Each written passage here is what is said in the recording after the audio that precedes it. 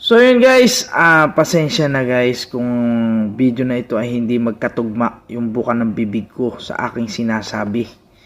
Dahil ewan ko ba kung bakit nagkaganyan. Pero share ko lang sa inyo na nagluto ako ng bilo-bilo. Ayan, napakayami naman. Bakit ko nasabing yummy? Ay dahil nga, kung ang sarili ko nga ay nagawa kong napakayami, ay ba't hindi ko magagawa sa luto kong bilo-bilo? Ay di baga? Kaya naman tingnan nyo, halo pa lang. Makikita nyo ng eksperto sa bilo-bilo. Yang panahon na yan ay takam na takam si Mrs. sa akin sa bilo-bilo. Kaya naman nagluto ako ng bilo-bilo.